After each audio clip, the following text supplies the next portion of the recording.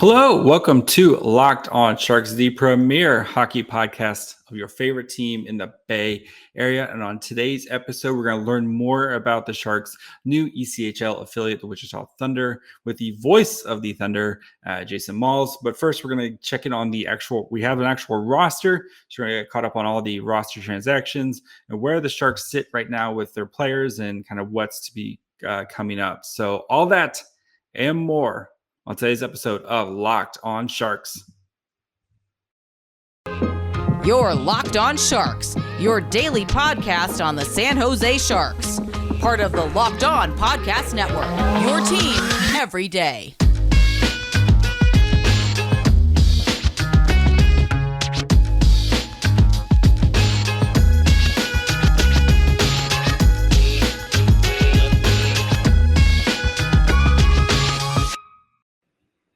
I'm your host, JD Young, contributor at Fear the Fin and San Jose Hockey Now. I want to thank you for making Locked On Sharks your first listen of the day. We're free and available wherever you get podcasts. And of course, you can subscribe on YouTube. And if you're watching on YouTube right now, go ahead and click the subscribe button.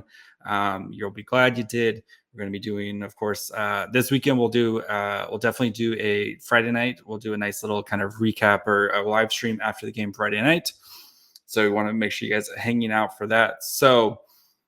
And yeah, thank you guys. We hit 1,400 subscribers. So thank you guys so much. Really appreciate it. But we are here right now to talk about a roster. The Sharks have a real roster after kind of making some moves to get down to their 23-man limit. Of course, everyone knows by now, William Eklund, Thomas Bordeleau, and Nick Cicek were sent down to the Barracuda. So they're going to start this season in the AHL. Yes, people are already asking, when are we going to see them again? When are we going to see them again? It'll be at some point. We'll pump the brakes. Again, we don't want to rush into the follies of previous regimes, coaches, putting guys in there when they're not ready. I'm okay. I want the Barracuda. If the Sharks are going to be bad, let's at least make the Barracuda fun.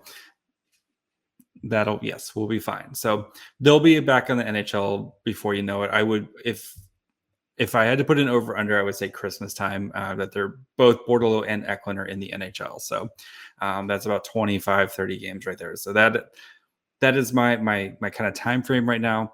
Let them go, just kill it down there. That way, when they come up, they can hit the ground running and be productive players. So those guys went down.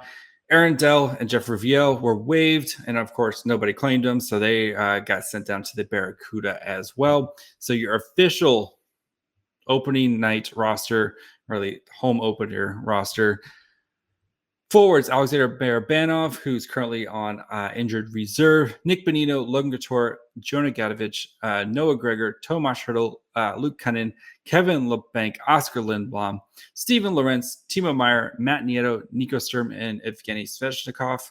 And then on defense, Matt Benning, Mario Ferraro, Scott Harrington, Eric Carlson, Jacob Megna, Marcus Nudavara, also who's on injured reserve right now, Radim Shimmick, and Mark Edward Vlasic. And then your goaltenders, Capo Kakinen and James Reimer. So it sounds like Barabanov might be back soonish for this weekend, so they would have to send somebody down. Nobody is waivers eligible right now on the team, so they would have to pass through waivers. I would assume they'd probably try to send down a guy like Gadovich or Evgeny Svechnikov. Those would be the kind of the guys I would look at least on the forwards. And on the defense, probably Harrington would be the kind of the first guy up, I think, that, or Megna. Those would be the two guys where I think they would try to pass through waivers to be able to get to your 23-man roster once the other two guys get back. So those are going to be your names you're going to look at first. So, and then the Sharks, of course, had some other moves in the Barracuda to try to get that team all set up and ready to go. Let me pull up. Of course, I had it and then lost it, and then doing too many things at once. Okay. So they basically released from PTO. So these guys are going to be going. They were tryouts. A lot of these guys were part of the Wichita Thunder guys. So Jack Becker, Barrett Kerwin, Carter Johnson, Braden Watts, Matthew Streggy. I hope that, Steven DeRosker, Evan Butenhaus, and Billy Constantino. You'll hear some of these names here in a little bit when I talk with Jason. And then some other guys that you probably have heard of, Zachary Emond, Mitchell Russell, Mark Lewinsky, and then Timur Timur, he'd already been sent down. So those guys are contracted players that are under contract with the Sharks that are going to be sent down to the Thunder. Russell, I thought was a little Iman. We kind of knew like he was going to go down. Russell, I thought was pretty interesting, especially compared to there was. I think if you asked me, it probably came down to Hamlick or Russell, and Hamlick probably got the edge just because he's been in the system a little bit longer. But I wouldn't be surprised if Mitchell Russell is recalled by the Barracuda at some point. Then, of course, Ethan Cardwell sent back to the OHL, so he'll play one more season with the Barrie Colts this year. At least that's the plan for them. I know they were really close on the overager, so maybe he gets traded or maybe one of the other guys gets traded. But he is going to be sent back to juniors, going to go play one more season in juniors. For him, you really hope that you see kind of a Brandon Coe type season where you go back. You're one of the oldest guys there. You're one of the biggest guys, strongest guys, and he really puts together a really, really solid season this year. That way you're coming into the Barracuda next year ready to hit the ground running. So I think that is kind of where we are at with, I guess, like the Barracuda roster. Let me read through that really quick, just in case you didn't see it on the old internets. Forward, Weatherby, Thomas Borlow, Andrew Agazzino, Tristan Robbins, CJ Seuss, Scott Reedy, who I was supposed to have on today. Things happened. We will have him on tomorrow. Athletes are like us too. He had to move. So yes, they're just like us. Adam Raska, Dylan Hamlick, Jeff VL, Brandon Coe, William Eklund, Max Verano, Daniel Gushin, Luke Johnson, Patrick McGrath, and Ozzy Weisblatt make up the forwards. On defense, Ryan Merkley, Timmy Knizev, Derek Puyat, Nick Chichek, Patrick Holloway, Santeri Hataka, Montana Anyabuchi, and Patrick Seeloff. And then your goaltenders, Aaron Dell, Itu Makanemi, and Strauss Mann. So the Barracuda, they're going to get going. I believe it's this weekend where they kick off against the Wild. Again, they go to Iowa to play the Iowa Wilds AHL affiliates. So we're going to have real hockey here with the Barracuda, like right around the corner too. Then they're going to be coming up their home. I think it's the weekend after their home schedule. So Friday the 14th and Saturday the 15th against the Iowa Wild. So we'll the Sharks are going to be, it's going to be busy watching the Sharks and the Barracuda at the same time. And then the weekend after, they open up against the Henderson Silver Knights on the 22nd and the 23rd at Texas U Arena. So we are here, real hockey. I can't believe it.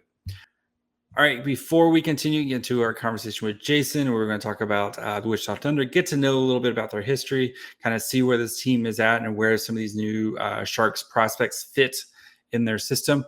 Do need to take a quick break. Talk to you guys about our friends over at Built Bar. You guys know by now, Built Bar, the best tasting protein bar on the market.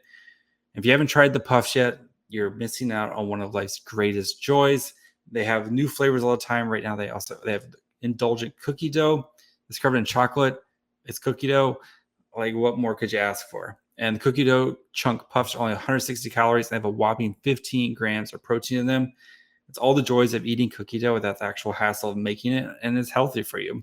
So run to Built.com and snag a box for you or your family, but mostly for you. It's a perfect treat, and just make sure you hide them really well. So, and if cookie dough isn't your thing, they have a bunch of different flavors. So you can go on there, check them out. They always have new flavors coming in, or you can get a nice variety pack that we can figure out which one is your favorite.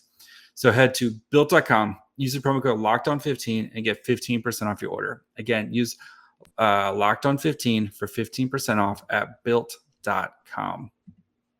All right, now we bring on the voice of the Wichita Thunder, Jason Malls, to help us with a nice crash course on the Sharks and Barracuda's newest ECHL affiliate. Jason, how are you doing tonight? I'm great. How are you? Thanks for having me. Oh, I'm doing well. It's fun times. The Sharks actually have a real affiliate instead of the secret handshake that they had with the Orlando Solar Bears for a couple years. But it's nice to actually enter into a new one, and we've actually had some news with some of these Sharks prospects going to Wichita. So I thought a great time here to kind of learn about the Thunder. I know very little about the Thunder other than they have really awesome third jerseys, like the SpongeBob one they have coming out. But so I thought it'd be fun to get you on, kind of learn more about the Sharks' newest affiliate and kind of get a nice season preview here. So let's start there. What's the kind of the big thing that we should know? What kind of a nice crash course in the history of the Thunder here? Well, first and foremost, like I said, thanks so much for having me.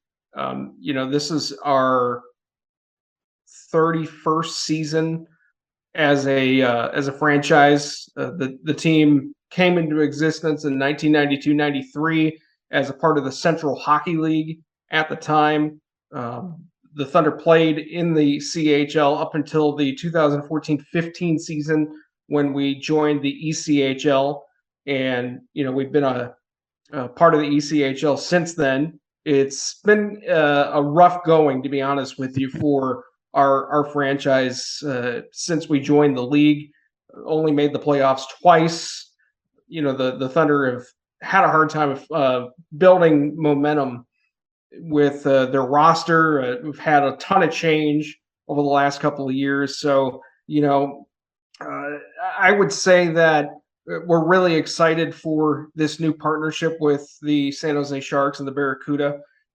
Hopefully, this brings in a new breath of fresh air for our franchise as well as you guys. So that's a little bit about our history. The team won two back-to-back titles in the first 3 years of the franchise in the Mm. Central Hockey League. But like I said, it's just been a struggle ever since trying to get back to the postseason. During the COVID year of 2021 was arguably one of the best teams I've ever seen in Wichita. We made the playoffs, unfortunately lost in a 5-game series in overtime to the Fort Wayne Comets. So it's been one of those things where the fans are looking to try and build off, hopefully get a better feel for how this season is going to turn out. But I don't know all that much, to be honest with you, about the Sharks pipeline because we've been affiliated with the Edmonton Oilers since for the last 5 years. Yeah, I mean, well, we can get into some of the players here. So, I mean, the Sharks did announce Mitchell Russell, Timur Igorbamov. I really messed up with his name. Good luck with his name all year. Zachary Iman, the goalie, and Mark Lewinsky as well, all going to the Thunder. So, I mean, some of these guys like Mitchell Russell was pretty highly touted guy coming out of North Bay. The Sharks signed him. He wasn't drafted, but the Sharks did sign him. Scored 40 goals with North Bay playing with Brandon Coates. So hopefully this is a guy who's going to be able to help add some scoring punch to this team. And for the Sharks, their pipeline's been is getting better over the past couple of years, and I think that's the price you pay when you're in the playoffs a lot and you're trying to win championships, and the glory years are long gone now for the Sharks. And now we're starting to see that pipeline start to kind of replenish. So hopefully some of these guys can, maybe if they're not playing the Barracuda, can help you guys out here, in Wichita to help, kind of stock the pipeline and add some more talent to a team that, as you said, is trying to kind of find their way and, get back to the postseason. So, with the Thunder, what type of player or which players are you kind of should we get to know or be excited about for the Thunder if we're going to start following along this year? Sure. Just looking at the way that our coach built this roster, and I have to kind of take a step back to last year. We were battling to try and get into a playoff spot. Unfortunately, hit a rough patch at the end of the season. So, right around the trade deadline, our coach decided to make some trades. He actually did really well in terms of getting players back out of these moves that he made 4 trades in terms of players getting moved to other teams and ended up getting 11 assets back. A couple of guys to keep an eye out for us are some of those players in those trades. Billy Constantino, I thought was really good at the end of the season. A young player who spent some time with the Iowa Heartlanders and then ended up in Atlanta. He was a part of the Jacob Graves trade If you're not familiar with Jacob Graves, he was a fan favorite, but Mhm. unfortunately was going to become a vet, and our coach felt like it was best to get an asset back. And there's a lot of Thunder fans that are extremely excited about Billy and what he can bring to the blue line. He'll probably be the quarterback on the power play on the first unit. So those were some things to look out for. In terms of other players returning to the team is Braden Watts, who some Shark fans or Barracuda fans got a chance to know last weekend.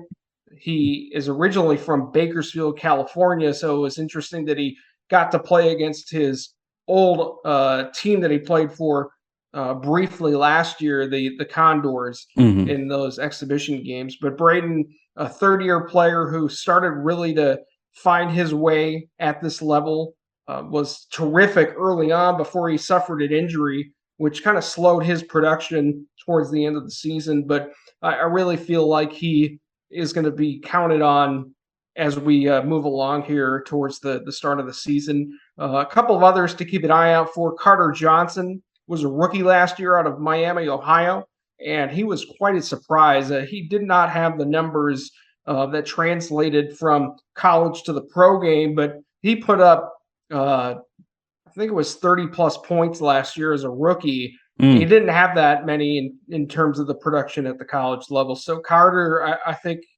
if he can keep moving in the right direction, he's going to have a solid season.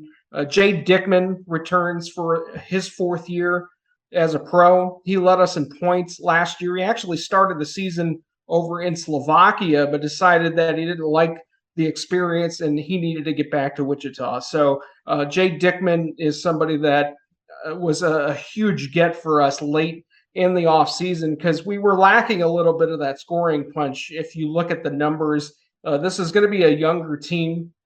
If you look at the age and the amount of rookies that we have, which this is how the ECHL usually is, JD, but it seems like it's a little bit younger than normal. And then last but not least, Evan Beitenheis and Stefan Fournier are two veterans that are returning to the roster to hopefully solidify a couple of spots. Evan's a goaltender who was really good for us in the 2021 season, and Stefan Fournier, a veteran who is also our player assistant coach and provides some leadership. Yeah, so I wanted to talk about the goaltending situation. So Zachary Iman, who's kind of bounced in between for the Shark or for the Barracuda, and then last year for the Polar Bears. It looks like he's probably gonna have a pretty good chance to get a fair amount of starts for the Thunder here. A guy who kind of, at least for the Sharks, it kind of feels like this might be it for him, especially with the way they've been drafting and trying to develop their pipeline. So, maybe a good season for the Thunder if he can get a fair amount of starts could really kind of help propel him to be a full-time Barracuda guy next year. So, how do you kind of see the goaltending situation, shaking out, at least from the guys coming back for the Thunder?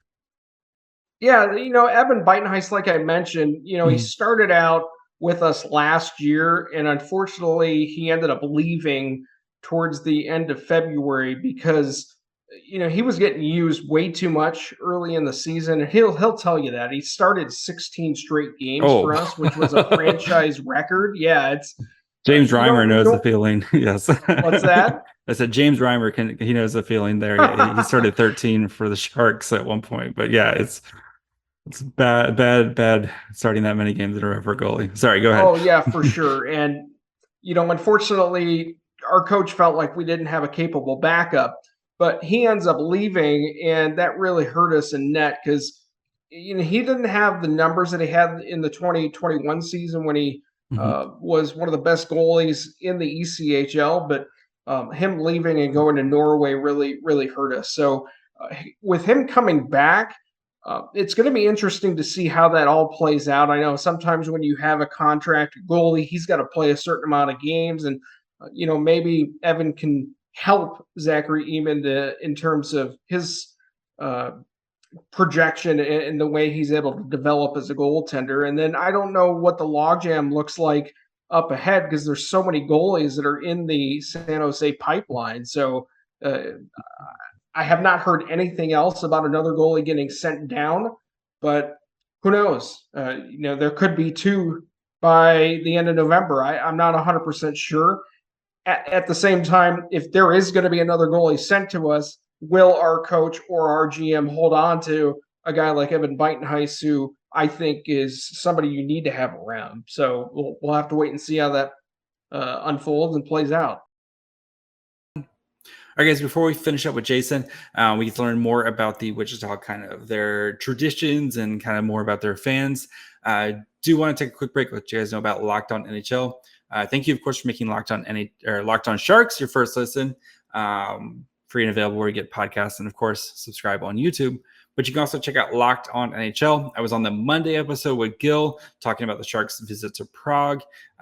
Every Wednesday, they have Jess does Western Conference Wednesdays, where they talk about the Western Conference. So you want to learn more about the enemies in the Western Conference.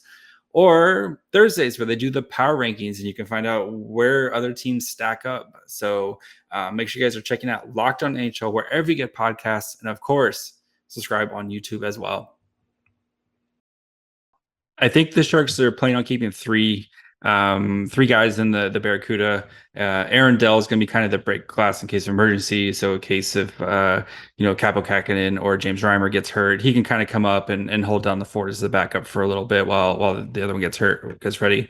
And then Straussman and Itu Makanemi, those guys are first-year pros here, so I don't think they want to rush those guys into the NHL right now. And you see it happen all the time where guys get put out before they're ready, and then they just get their confidence crushed. And so, the Sharks have done a good job of building up their pipeline compared to where it was a few years ago. So, I think Iman's probably going to be down there safe for a while unless there's a rash of injuries type of thing. So I would expect him to be down there for the whole season, like I said, unless there's like Straussman or Makanemi get hurt or Dell gets hurt. If there's a rash of injuries, then you'll probably get pulled up. So wanted to get to know some of the Thunder's like traditions and stuff. So like Sharks fans, we have a couple fun traditions. Of course, the power play, we do the chomp thing, and then another when you're at home games, after the Star Spangled Banner, we yell the other team's name and tell them that they suck. So, hey, Dallas, you suck type of thing. Thunder, what's kind of you guys' like local or fun traditions that you guys do at games? Well, our fans for so long have been known as the most annoying fans in the Central Hockey League. Now, they didn't have that banner when we moved over to the ECHL, but our fans get on the opposing team quite a bit. We used to have a group that would sit behind the player bench on the opposing side. Now, at our old arena, the glass was so low that the fans can kind of lean over and talk to the players, and they used to call themselves the hecklers. Okay, and I mean, these guys were just nonstop chatting with the players, and they would make it PG. They would not, or not rated R, if that makes any sense, right? So try to keep it somewhat clean. Yes. Yeah. So our fans are known to chirp and try and get under the skin of the opposing team. And after goals, it's that it's all your fault. Those are some of the traditions that our fans have, but they're very passionate. They're loud. They stay in the game, and they let the referees know when they don't appreciate a call. Those are probably some of the things that I would point out. That's awesome. Jason, so kind of give us your kind of last thoughts. What are you expecting for the Wichita this year? Is it hopefully a playoff run, make the playoffs, and kind of see what happens there? Well, yeah, I mean, our coach is at the end of his contract that he signed a couple of years ago. He got an extension, so he's got a huge weight on his shoulders to try and get back into the postseason. He feels like he's got one of the most talented teams that he's had since he's been here, which is a lot to say when you look at the team that we had a couple of years ago, and we had the a guy like Anthony Beauregard, who was in Montreal training camp this past training camp a couple of weeks ago. He was the MVP during that 2021 season. So, it's hard for me to really say because I don't know a lot of these players. There's a lot of new faces. How are they going to gel? I met some of them a little bit earlier this week, and they seem like really good, down to earth guys. But it's going to be interesting to see how things come together when you have a young team. You got to get some of these older guys to step up and show them the ropes.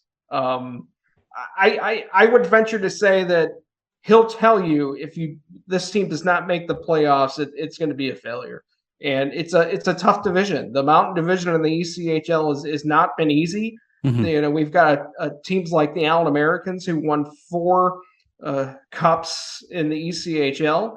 Utah's been really good, and they have a terrific affiliation with the Colorado Avalanche. A couple of years ago, they had like 10 contracted players down there. So you don't really see that in the ECHL. It's not very often you get that many contract guys sent down. So Utah's always good. Tulsa's been really consistent since Rob Murray came in. Like I said, Allen's been good. Rapid City, under their new head coach, Scott Burt, they made the playoffs last year, and they were really good. So it's going to be a tough division. It's going to be a dogfight, but I think Coach is very confident that he can get this team back into the postseason. Awesome. Jason, thank you for your time. You have all the time in the world. If you want to plug anything, talk, say hi to the family, whatever you want. Tell the people where they can find you on social media. And you have all the time you want, buddy. Well, again, thank you so much for having me. We appreciate it. We'll have to, get you to talk a little bit about the Sharks and the Barracuda for us. But, our season doesn't start until October 22nd. Our home opener is against the Allen Americans at Intrust Bank Arena. All of our games are streamed on Flow Hockey, or you can listen on the, we use Mixler, is an app that where we stream our games, or you can get the Field Pass Hockey app and stream the games that way. So we're looking forward to it. Proud to be a part of the Teal. One thing I have told everybody, and I wanted to share this with you, and I told Nick this earlier this week, that one of my favorite things to tell people about this affiliation, I'm from Chicago, right? And my favorite player growing up was Doug Wilson. Doug Wilson, as you know, played for the Sharks, but he was a longtime Chicago Blackhawk. Didn't wear a helmet, which I thought one was of the last amazing. guys. Yeah. Yeah. How can you get away with not wearing a helmet, right? You've seen that hair. How could you put a helmet on that hair at the time?